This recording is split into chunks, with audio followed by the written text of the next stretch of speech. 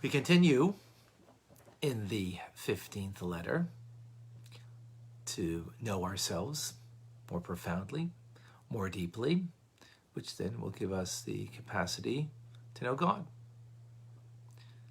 As we have a part of God within us that gives us then the capacity to understand. Just as the soul is within the body, so is the soul of the world, God.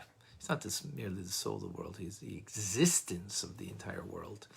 Animates it likewise, and through understanding us, we'll have a deeper understanding of God within creation. Yesterday we spoke about the rational soul. The rational soul is a soul that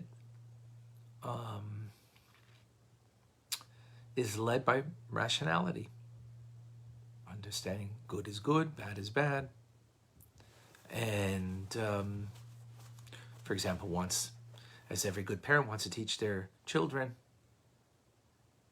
wants to bestow upon them, and that comes from the rational soul, which is self-directed. When we say self-directed here, it doesn't mean, it's not good. It's just not divine. It's the way every human being should be. We should be able to rationally understand the right from wrong, the truth, of course, based on Torah teachings. And that can motivate us to do for our children, for our community, for ourselves, of course, right? And therefore, the metaphors that we gave yesterday of, teaching your child, teaching a student, or are all based on the good element of the rational soul.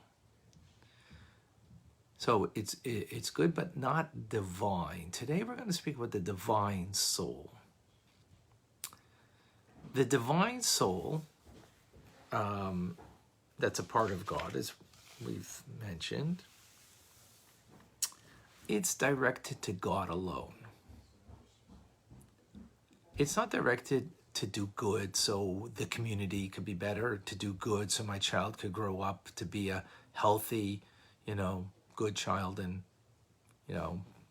have fulfillment, have purpose, and, be a good servant of God. That's all from the rational soul.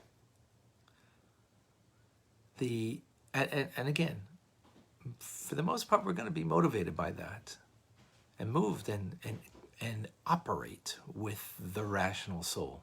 Hopefully it's not the animal soul, which is the emotive attributes of in a negative nature, but the rational soul as the rational understanding and appreciation of truth and so on. The divine soul is different. The divine soul is directed towards God. All it wants to do is to cleave to God. Why? Just because that's its nature. It's a part of God, so it wants to be connected to the part of God, to that part of God that it comes from. Well, why does something want to be connected to its source? That's the nature of it. So it doesn't want to do good, so it has fulfillment. It doesn't want to connect to God for fulfillment.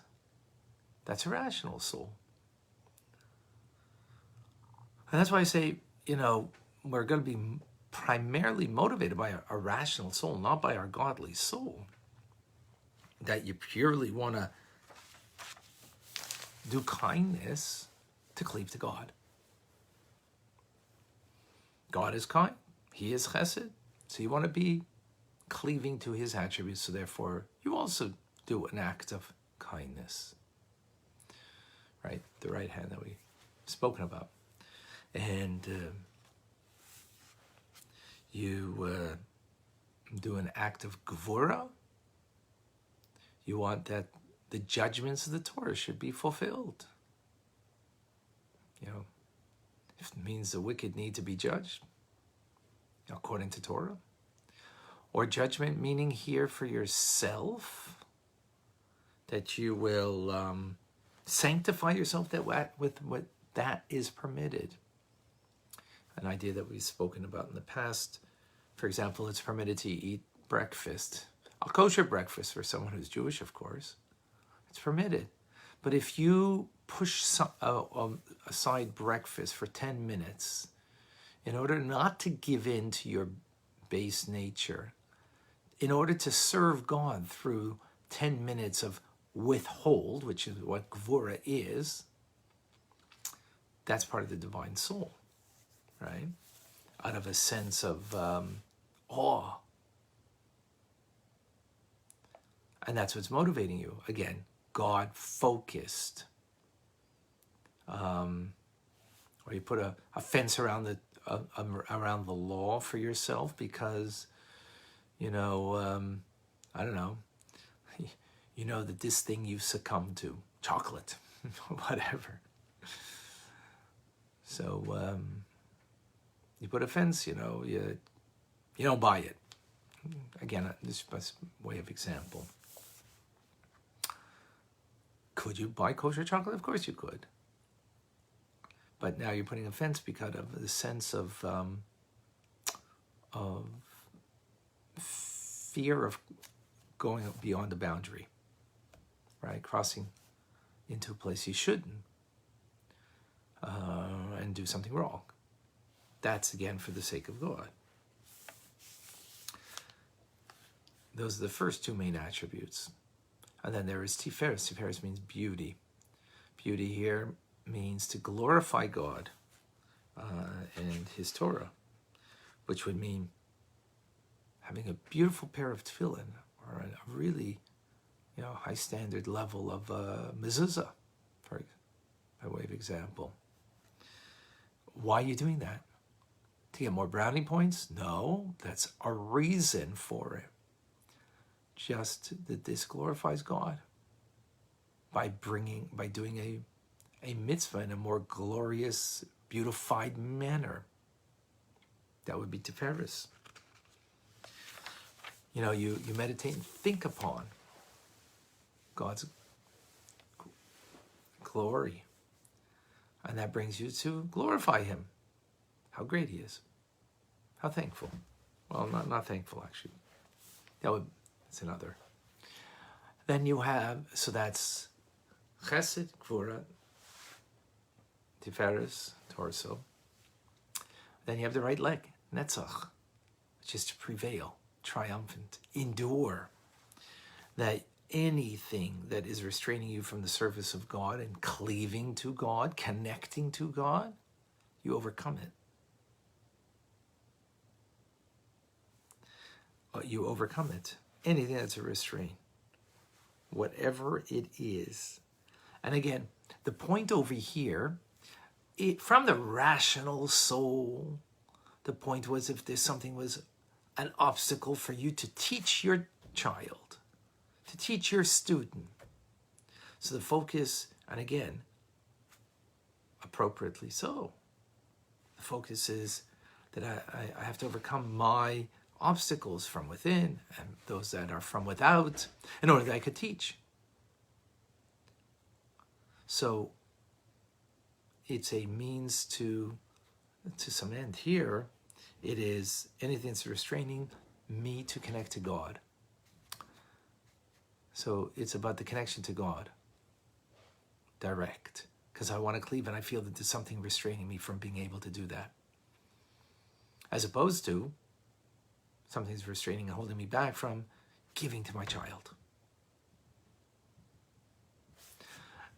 That is not that it's not, it's of course good and appropriate, but it's not missing the divine element, and the divine element just to make sure, because there is a good godly element in the rational soul, If you're teaching your child something that, ethics, values, or whatever, here it's the thought or the sentiment is that there's something holding me back from connecting to God. I can't let that obstacle. So again, it's all God focused. It's very different. Then hod, which is the left leg, acknowledgement, self-abnegation, which is a humility. It means to be able to be self-effacing in the praise of God. God who creates everything from non-existence to something, and that only God is the true reality. Even though we can't truly apprehend him, nonetheless, we can see that this is the absolute truth, that I'm totally dependent on him. Totally, he is the only reality.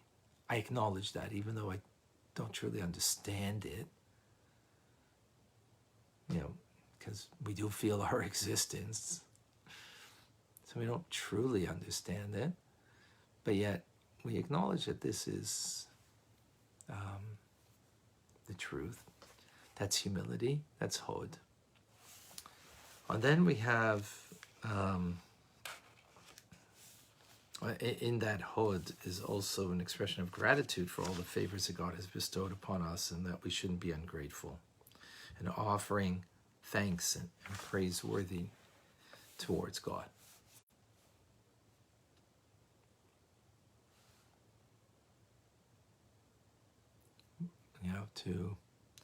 To appreciate, as hod also means majesty and splendor, the majesty and splendor of God that we acknowledge and that we praise. All comes from this sense of humility. And then we have yesod, which literally means foundation. Tzaddik yesod olam, a righteous person is the foundation of the world, which means you're cleaving to God. Because remember, this is the godly soul. It's all God focused. It's about the desire of the soul to cleave to God. All it wants is its connection. So yesod, foundation, connection here, which is the reproductive organ, is the intense desire and pleasure to cleave to God. As the rational soul, it was about seeing eye to eye with the person that you're teaching, and because you make eye contact, you make a connection with that person, it creates a stronger bond, and through that bond, a greater desire to teach. And you teach better, and the recipient, the student, accepts the teachings better because of the bond. So here, it's a cleaving and attachment, a desire of a wondrous and love and delight for wanting just to cleave and connect to God. And finally, malchus is to serve God as a servant. Malchus, royalty, kingship. God is the king, and we're his servant. And to serve him out of a sense of awe, out of a sense of, awe, that's the word, of awe in our, again, desire to connect to God. Our desire to cleave to him. Again, I can't overemphasize the fact that we're talking about here the godly soul, that its nature is, its desire is merely to cleave to God, because it's a part of God. So it's not doing it, obviously, not for reward or punishment. It's not even doing it for the experience, not even doing it so it could fulfill its purpose of doing good and being good. This is a unique quality that it's hard sometimes to wrap our minds around it. That it's just doing good because it wants to cleave to God. It wants to be connected. Profound idea. And therefore, what I'm suggesting is that we're not going to normally use this soul on a daily basis. I'm just doing it because if it's right, that's a rational thing. If it's a sense of fulfillment, that's a rational thing. If it's a sense of duty,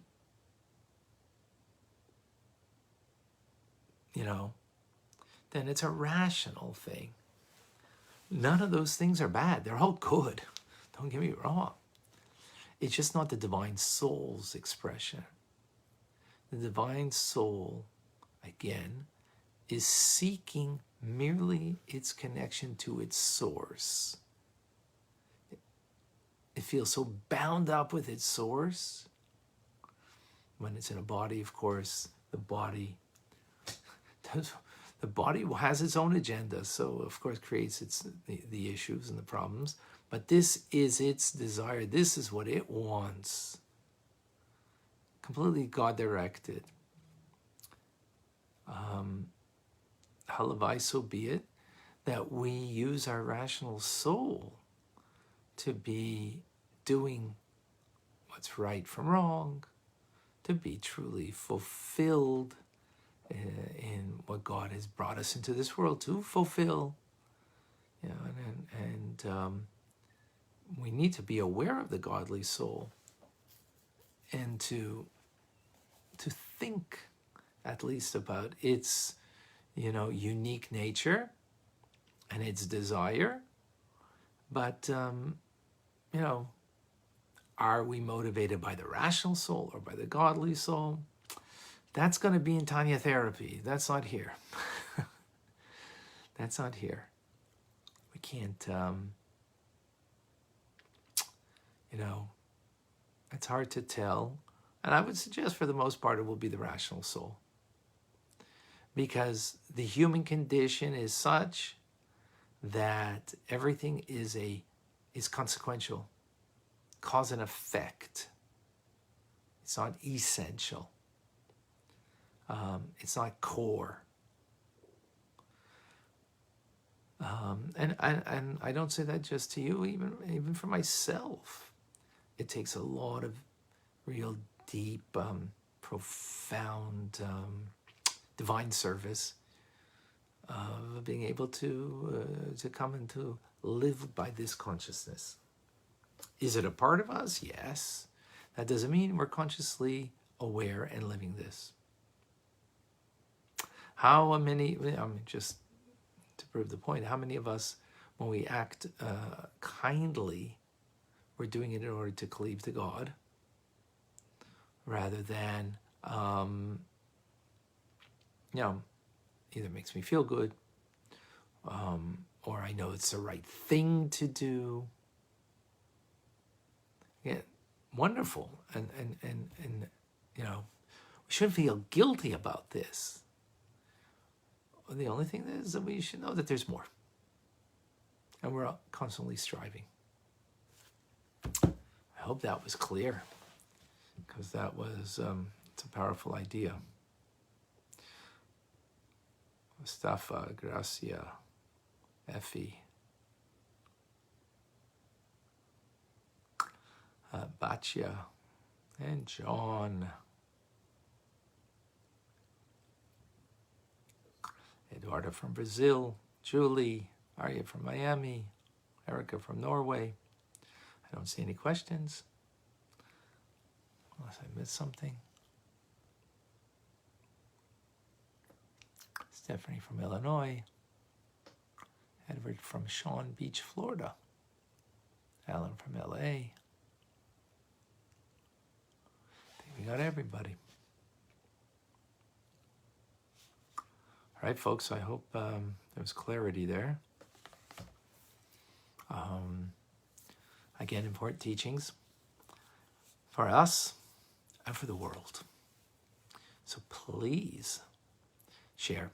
For those who want more information and more things that are happening, that I'm giving, and God willing, with the Tanya therapy that we're working on, the next level, private message me with your email. I'm Rabbi Ronnie Fine, coming to you from my home in Montreal, Canada. It's a privilege and a pleasure to share with you the Tanya. Have a wonderful